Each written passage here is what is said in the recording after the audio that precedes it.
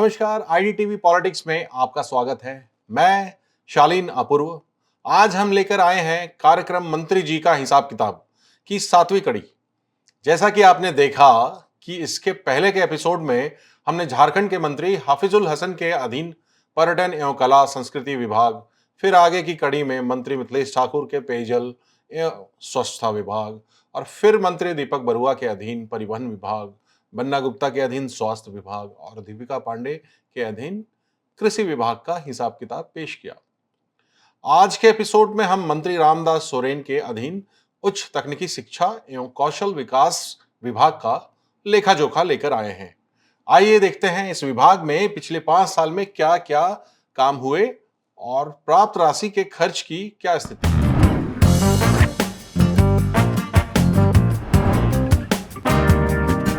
उच्च तकनीकी शिक्षा एवं कौशल विकास विभाग झारखंड सरकार का एक महत्वपूर्ण विभाग है जो राज्य में उच्च एवं तकनीकी शिक्षा के प्रसार के लिए जिम्मेदार है।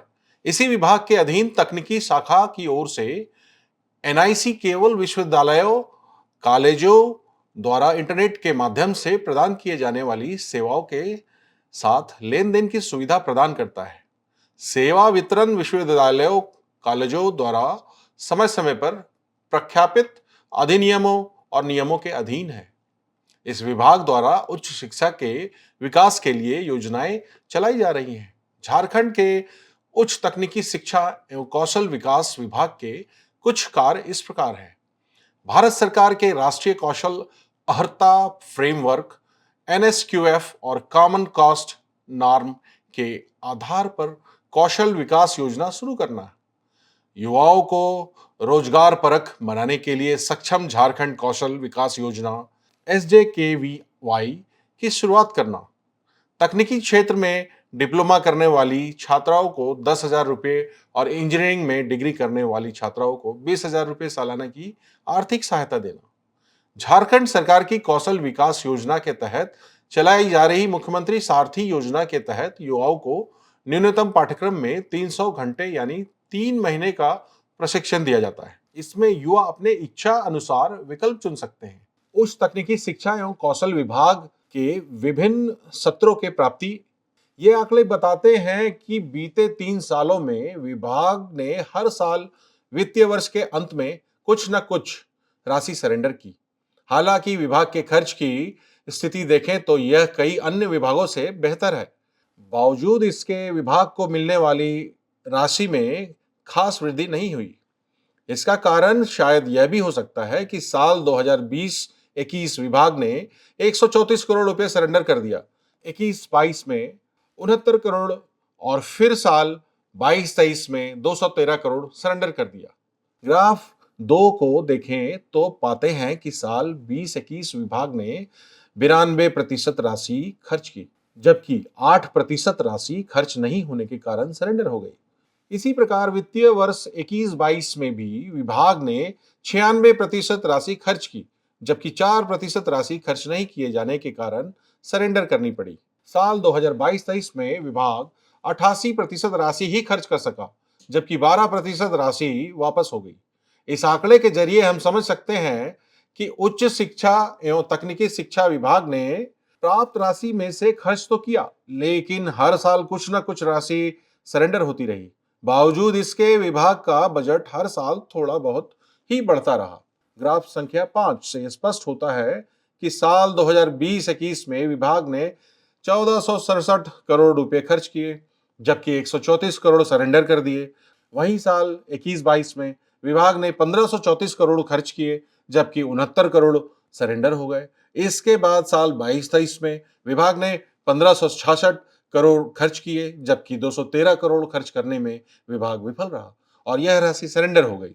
ग्राफ संख्या 6 के जरिए हम उच्च एवं तकनीकी शिक्षा विभाग के खर्च और राशि सरेंडर का डिटेल समझ सकते हैं। साल 20-21 में विभाग ने 92% खर्च किए और 8% बचे, जबकि अगले साल 21-22 में 96% खर्च, मात्र 4% ही सरेंडर हुए। इसके अगले साल 22-23 में विभाग ने 88% खर्च किया और 12% राशि बची रह गई। अब जानते हैं उच्च एवं तकनीकी और कौशल विभाग द्वारा चलाई जा रही योजनाओं का हाल। योजना केंद्र योजना राष्ट्रीय उच्चतर शिक्षा अभियान, प्राप्ति 2325 लाख, खर्च 1025 लाख, बचत 1300 लाख। वित्त रहित महाविद्यालयों को सहायता अनुदान, प्राप्ति 2139 लाख, खर्च 1801 लाख, बचत 338 लाख।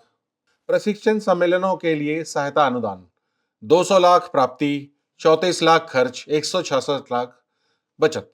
ग्राफ संख्या 7 बताता है कि राष्ट्रीय उच्चतर शिक्षा अभियान और वित्त रहित महाविद्यालयों के सहायता अनुदान के लिए ठीक ठाक राशि मिली और खर्च भी हुई, जबकि प्रशिक्षण सम्मेलनों के लिए बहुत मामूली सी राशि मिली और वह भी पूरी खर्च नहीं की जा सकी।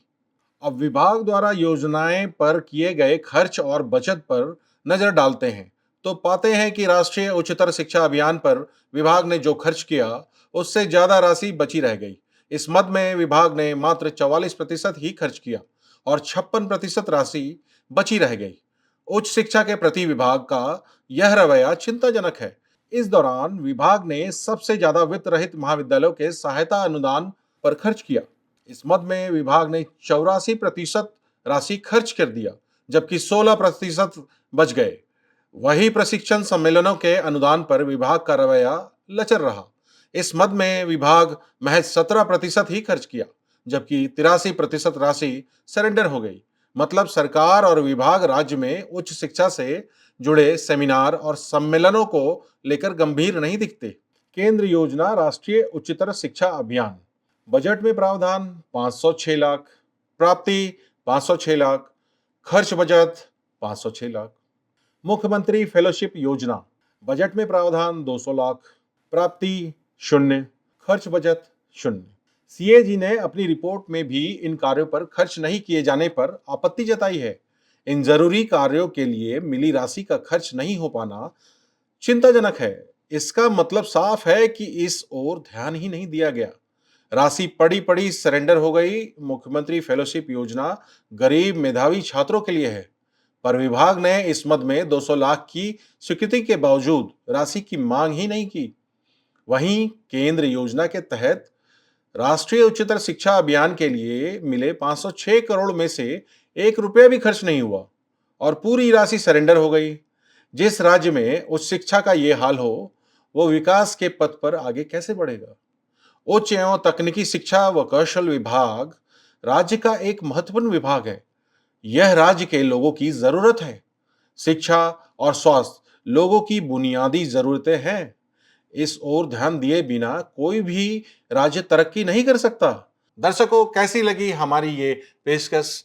हमें जरूर बताएं और हाँ, ये जरूर बताएं कि आप किस मंत्री जी का हिसाब किताब देखना चाहते हैं। ऐसे ही कार्यक्रमों के लिए जुड़े रहें हमारे साथ और देखते रहें आईडीटीवी पॉलिटिक्स। धन्यवाद।